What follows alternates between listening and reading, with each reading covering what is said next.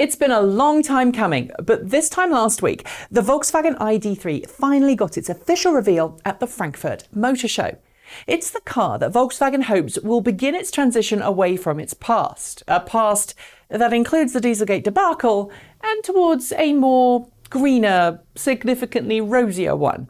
And if you listen to what Volkswagen has been saying for the past few years, it's also the car that the company hopes will propel it into the electric vehicle marketplace, not just as a participant, but as a leader. It's up to you whether you believe them or not. But will it? And what's the ID3 going to be like? And what do we need to understand about Volkswagen and its electric vehicles from this point onwards? And what does the ID3 promise to offer regular car buyers for whom a more expensive or larger electric vehicle is just out of the question? Before I get to this video, let's just acknowledge something. This is not a car that cross-shops against a single Tesla in any way, shape or form.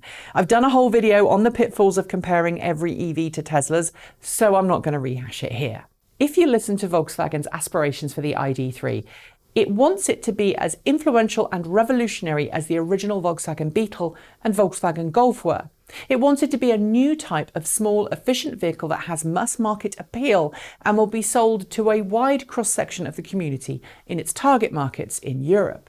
From outside, the ID3's design language could certainly help Volkswagen achieve that. Unlike some electric vehicles, the ID3 is not obviously a plug-in car. In fact, its design is quite in keeping with Volkswagen's design language, rather than screaming its eco-credentials from the treetops. Sitting higher than Volkswagen's Golf, it has a shorter nose and a longer wheelbase. And while there's not much external difference between the two cars' length, the inside of the ID3 is much bigger than the Golf's. Most noticeably, the rear seat area, where reviewers say there's room to cross your legs.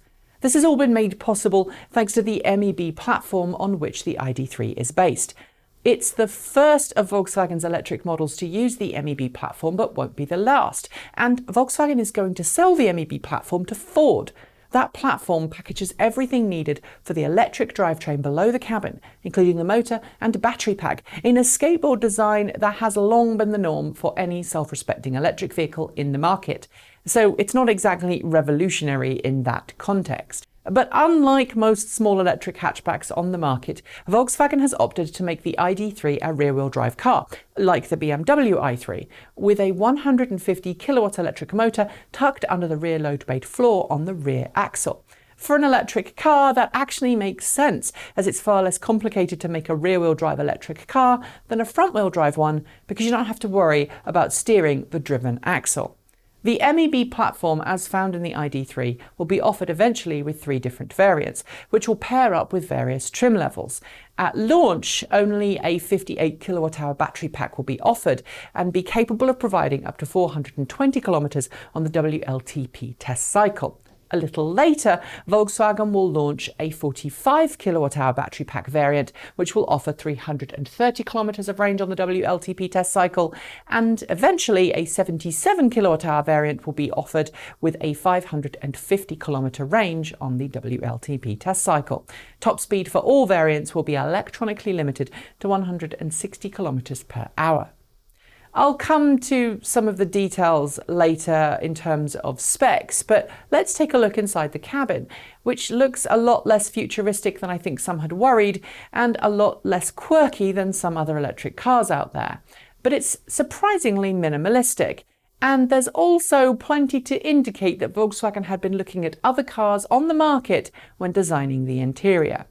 Aside from the obvious cabin space and large front window that should give great visibility, the cockpit itself reminds me a lot of other plug-in cars that you can buy today. The design of the dashboard and the trim panels remind me quite a lot of the Chevrolet Bolt EV, a car I know pretty well because it's my daily driver. The dashboard in front of the driver reminds me of the i3's cockpit. So too does the gear selector, which looks like it's actually just been lifted straight out of the BMW i3. The steering wheel, meanwhile, is classic Volkswagen, with a flattened out bottom that you'll find in pretty much every other Volkswagen on sale today. Add in the touchscreen center console, which sits proud of the dash, and you're left with a very modern yet functional interior that will appeal to some and not to others. Volkswagen says only the electric window and hazard warning lights are activated by physical tactile buttons, and says everything else is activated using touch-sensitive buttons or on-screen adjustments. That might appeal to some who like a more minimalist interior, but as I've learned in the automotive world, not everyone likes that. I personally like minimalist interiors, but I've met plenty of people who prefer old-fashioned switches. And while touch-sensitive switches, while done correctly, are fantastic, I've still got really bad memories of the capacitive touchscreen switches as found in the original Chevrolet and Holden Volts, or if you prefer, in Europe, the Opel Ampera. Depending on the variant you get, there are also some additional tech features that you'll get with your ID3. But all of the models come with a voice-activated assistant as standard, with something called an ID light, which tells driver or passenger which person the car is interacting with. The words "Hello ID" are the wake words, and for this I just hope it's better than the other digital assistants that have come before, because honestly, I've yet to find one that works well in any car. While Volkswagen will eventually sell the ID3 with those different battery pack sizes I previously mentioned, the launch version of the ID3 First, will go on sale next year in Europe in 3 different trim variants: the ID3 First, ID3 First Plus, and ID3 First Max. Each will come with 100 kilowatt CCS quick charging, and all ID3 First Edition customers, including First Plus and First Max customers, will get 2,000 kilowatt hours of free quick charging with their car. While the entry-level ID3 will eventually come in at under €30,000, the ID3 First Editions will cost a little more than that. ID3 First Plus customers will get a 19 instead of 18-inch set of alloy wheels, as well as adaptive cruise control and keyless entry over the base, as well as some extra styling elements and extra USB-C charging.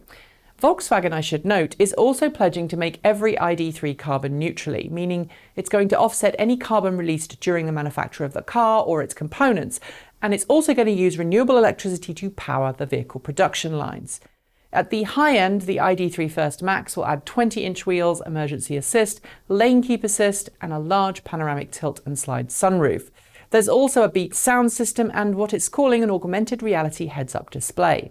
At this high end, the model will likely cost far more than the entry-level ID3's headline sub €30,000 price tag, but that's hardly a surprise. When Volkswagen launches its other battery variants of the ID3, the 77 kWh variant will get a 125 kilowatt CCS quick charging capability, faster than the other 2 variants. It will refill then a little faster than the smaller capacity models.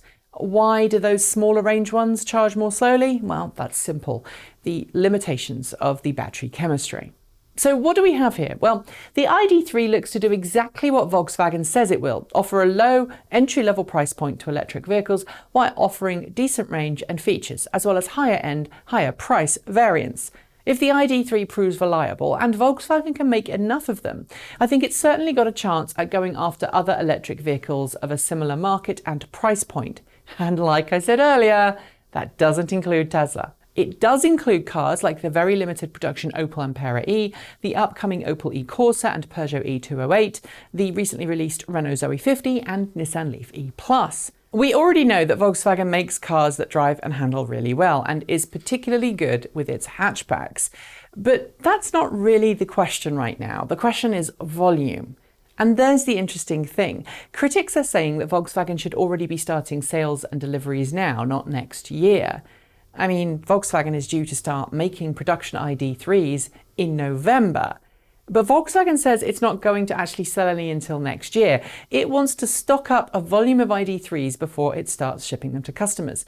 And I think that suggests it doesn't want to have the limited production, limited availability issues that some other European market cars have had of late. If it can meet its launch target and make the ID3 as easy to get hold of as any internal combustion engine car, well then that's certainly something which would cause massive waves in the plug-in vehicle world. After that, Volkswagen would have to keep up production and replicate the ID3's production processes elsewhere, like bringing the ID4 to market that it's promising North America. That's it. Thanks for watching, and if you'd like to help us make more videos like this, please do like, comment and subscribe. You can send us a couple of dollars our way every month through Patreon. If you fancy, send us a coffee with Ko-fi, or you can visit our swag store to buy some of our merch. I'll be back soon with more content for you all to enjoy, but until then, behave yourselves and keep evolving.